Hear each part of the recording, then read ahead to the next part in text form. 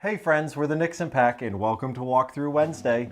We are realtors, designers, and DIYers. That's right, and that's exactly what we're going to get to today. Our friend Joey asked us to come over. He just bought this fixer-upper and he needed some fresh ideas and inspiration. So today we're talking a landscaping DIY. We've got kids storage, or as John says, storage for your kids. And we have ways to increase your home's value. Let's go.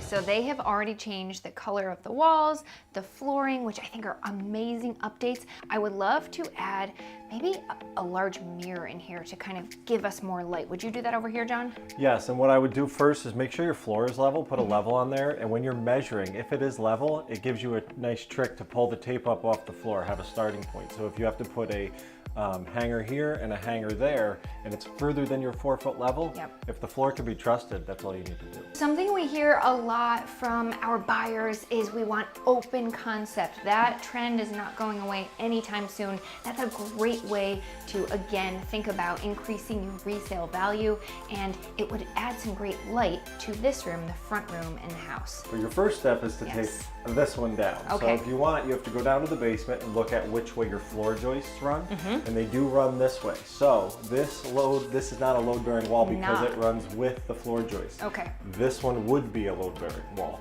So I would take this wall down, it'll open us up to the kitchen, and then on that wall, because it's load-bearing, we can't take it down, but you can always get away with a pass-through, which will open up the light from the front of the house to the back of the house. As parents of a 2-year-old, we can totally understand, having a bunch of kids' toys around and needing storage. We have that problem ourselves. So they've asked us to kind of manage this for them. How would we do it? One of my favorite go-tos are the baskets that you can find at Home Goods, even at your local farmer's market. They often sell beautiful hand-woven baskets. That's kind of the trick that we use in our home because it doubles as design. But something I think they could really use back here are some built-ins. What do you think, Dark? Yeah, and when you're putting up the built-ins, what I would do is buy those baskets first. So you make sure that the cubbies, maybe on the lower end, are at the right height and depth and width to be able to fit them. I would take the corners and actually build not just a single built-in on this wall. I would bring it out, and then you could have some lower benches on each side that would open up for storage, because the built-ins are going to be nice, but if they're covered with it's not really hiding them. Obviously, they have children, they need a tub, so you don't want to take that out. How could we give them more space and more of an update? Well, with these shower doors, it makes you feel like you're enclosed a little bit more than a shower curtain, because you can leave the curtain open when you're not using it. Yep. When you do your countertop downstairs, it's something to keep in mind. When they're cutting out for the stove or the sink, there's a good chance that a remnant left over might fit the vanity. So while you're doing that, you might want to bring it up here. I don't know a single person who's not looking for a way to increase their value, right? Correct. So for today's Real Estate Nugget, we are talking resale in the most important resale room in the house, the kitchen. Something I love that they've already done.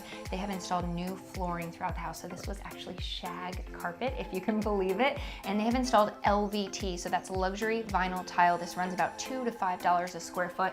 Big savings from hardwood. Super durable as well. And they kept that modern, clean vibe going with a white cabinet. So they painted these cabinets and put new hardware on them.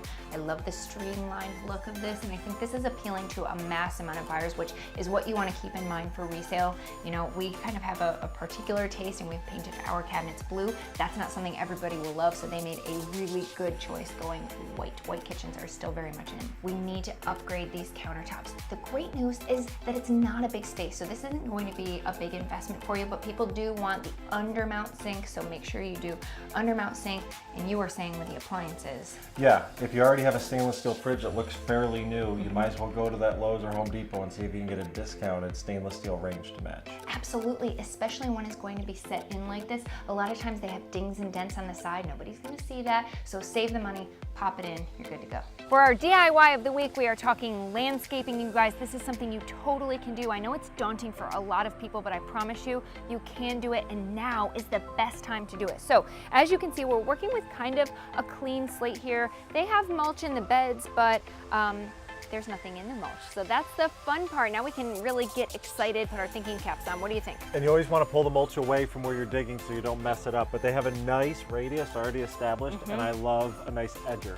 When you're going to plant in front of the windows, you want to keep in mind the size of that plant. Yeah, absolutely, especially because we've been talking a lot about light and you don't want anything to hinder the light in there. So I think we've got a really traditional house right here. We've got the black and the white. It needs a pop of color. When you're talking curb appeal, you only have 7 seconds to make that first impression. So we want that 7 seconds to really wow your neighbors, your friends, anybody who's coming over to your house, and potentially when you sell.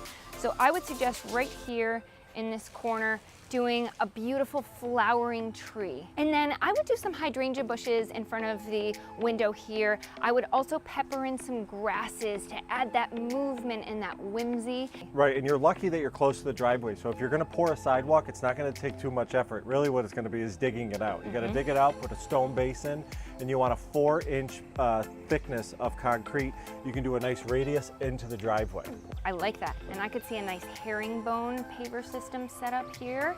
That would be gorgeous. Can't just do a square random, potentially. Right here, I'd love to see a grass to kind of welcome you with movement, but nothing too cumbersome that it will kind of impede on the entryway. Because if you put a big tree here, you got to think in 5-10 years it's going to grow, and where's it going to go into?